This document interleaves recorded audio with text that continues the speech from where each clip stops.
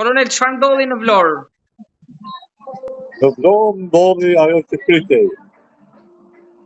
Sepse fatkeqësisht Edi Rama, nuk po them kryeministri i Shqipërisë,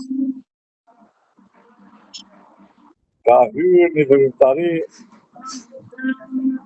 antiligjore, antikushtetuese dhe ka prek rënd sovranitetin kombëtar të Shqipërisë. Në Zvërnesë dhe në gjitha hapësirat e tjera detare ishullore, të cilat po a jep mafjas botërore dhe anti-shqiptarëve të drogës dhe pastrim parave, të cilat televizioni Rai 3 Të lutem kolonel, po mundët të mbështeteni sepse të mbështeteni, aty jeni okay. Të cilat edhe televizori italian Rai 3 para një jave e shpjegoi mjaft mirë që qeverinë shqiptare drejton mafia dhe kryeministri është Pesi Somaj. Kolonel, por qeveria thot që ajo është tokë private, janë marrë vesh me njëri tjetrin për ta shitur, për ta blerë. Çyn qeveria këtu? Kur dy palë mund merren vesh me njëri tjetrin, sipas tij gjithmonë. Çdo lloj veprimtarie që bëhet për hapësirat territoriale të sovranitetit shqiptar, nëse është aq shumë për të huajtë, kontrollohet ligshmëria edhe mes tyre. Por nuk kemi këtë zgjatemi shumë. Edi Rama ka hyrë skenarin e shkatërrimit të shërbëtorëve të Shqipërisë me dhimbje, të cilin unë kur erdhi për herë të parë e votova, duke menduar se kishte nevojë për ndryshime politike dhe qeverisë shqiptare. Pra, është një strategji e filluar nga Berisha dhe Kojvë Rama Vullën për shpërbërjen dhe shkatërimin e shtetit shqiptar, e cila për ditë më shumë adhetarët po qajnë jashtë shtetit ku po vete Shqipëria, dërsa personistët flasin vetëm rrugë Tiranës, dërsa Rama me qeverinë e tij jetojnë në qiell dhe jo me tokë në Shqipëri. Dhimbje e madhe, dërsa Zarnuli profesori dje qanë të televizor. Por të flasim ndoshta edhe për projektin dhe investitorët, janë serioz apo ka diçka që fshihet pas tyre, kolonel?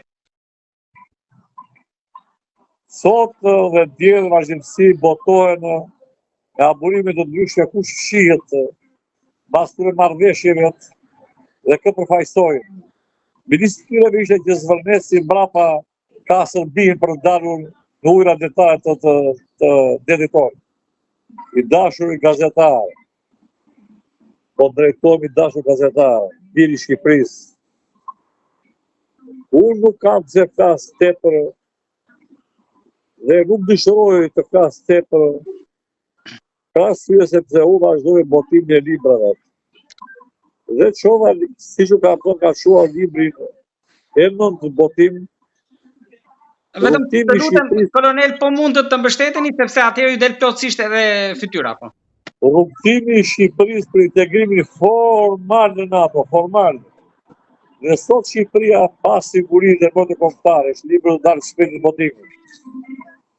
Libra që mbështeten vetëm në dokumenta zyrtare, arshivore dhe qëndrime në raport me sigurinë dhe botë kombëtare.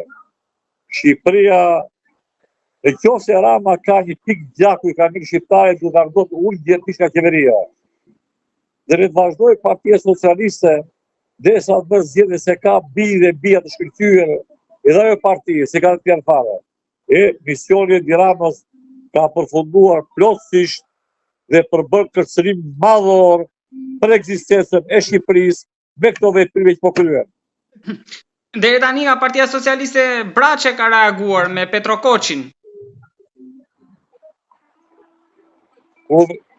Me ndryshimin e ligjit të vitit 2008, kur Rama Berisha vendosën sistemin e listave të mbyllura, nuk kanë deputet pavarur Shqipëria. Ata janë ushtarë dhe zgjedhur nga ata dhe kush voton kundër tyre përjashtohet nga kuvendit dhe nga partia. Pra, shteti demokratik në Shqipëri ka vdekur kur ndryshoi ky ligj. Edhe Spiro Pali bëni hap para dy brapa, se i tha, po votove kundër Ballukut, je parashura partije. Nuk ka. Ne sot nuk jemi shtet parlamentar. Ne sot jemi shtet kryeministror, sepse kuvendin e komandon ai, presidenti i shtëterit tia, dhe nuk funksionon në asnjë institucion tjetër i pavarur, komandon gjithçka ai. Kush nuk e sheh, nuk merr veç shteti demokratik ligjor, sepse edhe Hoxha blite byro politike, blite komitet qendror dhe pastaj dhe vendimet. Nëse Edi Rama i jep vendimet me avion, jeton më shumë i qiellë se në tokë.